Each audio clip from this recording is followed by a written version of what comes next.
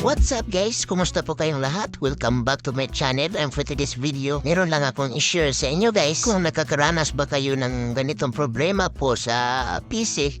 Itong PC, bago lang po ito na reformat, wala pang 1 week siguro. So ngayon guys, tingnan natin kung ano naman ang problema nito. So tingnan nyo guys, gumanon siya. Hindi ko alam anong sira nito kasi hindi po ako expert sa computer. Pero try natin ang ating best para solusyonan nito guys.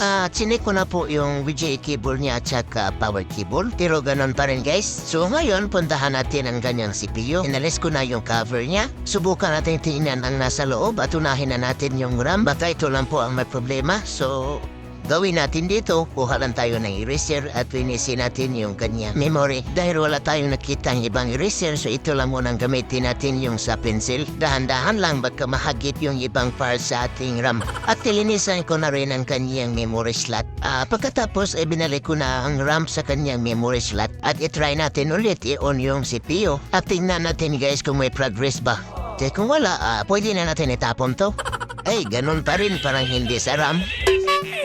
Dahil hindi po tayo nag-success sa unang linis natin at subukan na naman natin yung CMOS battery niya, try natin i-remove for at least 30 seconds para ma-reset siya.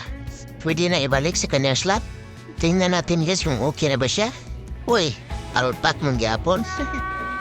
So, dito tayo sa pangatlong subok guys. So, dito, pinalitan ko na din ng SATA cable. Isa sa mga connector sa ating hard disk, pero hindi pa rin siya gumana. At this time, pinulout ko yung hard disk niya. Baka ito ang sira. Dahil meron tayong same unit dito na PC, itry natin ipalit itong isang hard disk drive or HDD. So, kung hindi pa rin ito gumana after this, marami pa naman tayong pwedeng i-test. It could be the power supply. Nag-low voltage na siya. But here it is.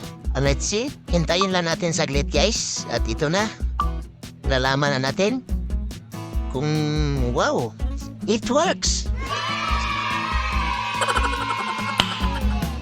So yan na guys. Ibig sabihin, sira ang ating hard disk or corrupted siya.